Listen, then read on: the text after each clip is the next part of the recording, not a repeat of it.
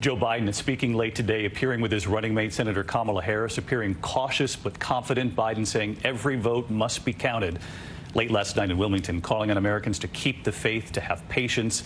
And what we heard from Biden just a short time ago about what he sees in the next few days ahead. Mary Bruce covering every step of this campaign. She's with the Biden team tonight. Tonight, a confident Joe Biden with Kamala Harris by his side, declaring victory is within his reach. I'm not here to declare that we've won, but I am here to report that when the count is finished, we believe we will be the winners. Biden says he's ahead in Wisconsin, ahead in Michigan, confident he flipped Arizona, and feeling good about Pennsylvania. And he added this. Of special significance to me is that we've won with the majority of the American people. Indeed, Senator Harris and I are on track to win more votes than any ticket in the history of this country. Overnight, just after midnight, Biden telling supporters to keep the faith. We're going to have to be patient, and it ain't over till every vote is counted, every ballot is counted.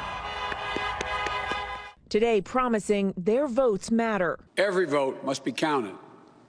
No one's going to take our democracy away from us.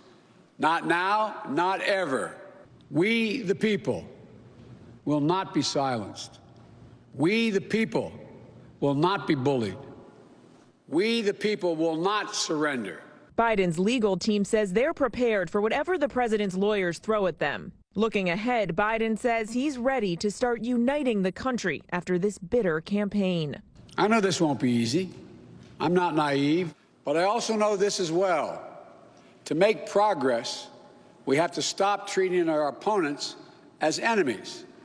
We are not enemies. What brings us together as Americans is so much stronger than anything that can tear us apart. All right, let's get right to Mary Bruce tonight. She's with us live from Wilmington, Delaware. And Mary, we showed that path just a few moments ago. The Biden camp very confident that if they can win where Joe Biden leads there in Arizona and Nevada, that's their path to 270.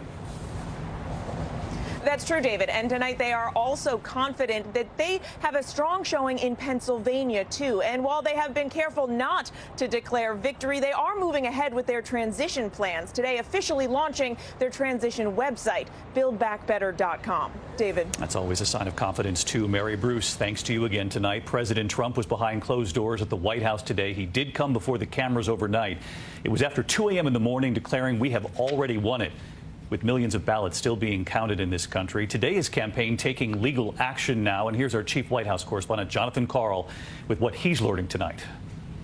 Tonight, President Trump is huddled with aides inside the White House, getting ready for a fight.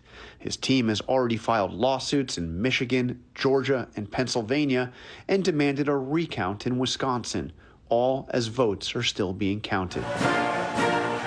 Late election night, the president was defiant, speaking at the White House after 2 a.m., falsely declaring the election was rigged, the race was over, and that he had won. We were getting ready to win this election.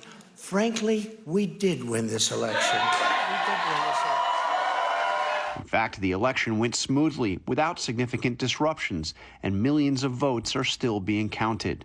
In some states, as expected, the count is taking a little longer due to the dramatic increase in mail-in voting during the pandemic.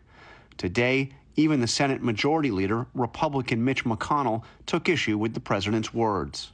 Claiming you win the election is different from finishing the counting. Republican Senator Marco Rubio was more blunt, tweeting, "Taking days to count legally cast votes is not fraud." Today, the president's team filed suit in Michigan, claiming they have not been provided meaningful access to several counting locations, though they made no allegation the vote was tainted. They are also demanding a recount in Wisconsin, though they trail by some 20,000 votes, and election officials there say everything has been counted.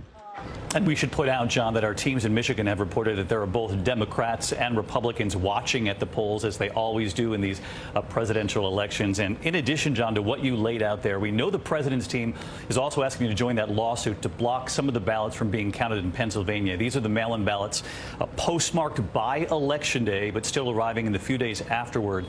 But bottom line, big picture here, John, what are you hearing from the campaign? What's this strategy, this legal strategy going forward?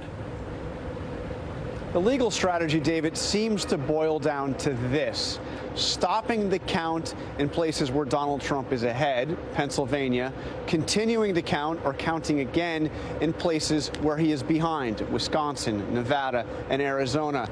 And ultimately, from the president himself, the strategy seems to be to sow doubts about the integrity of the election itself, which would seem to be a reflection of his belief that when the counting is done, that he will be behind. He will have lost.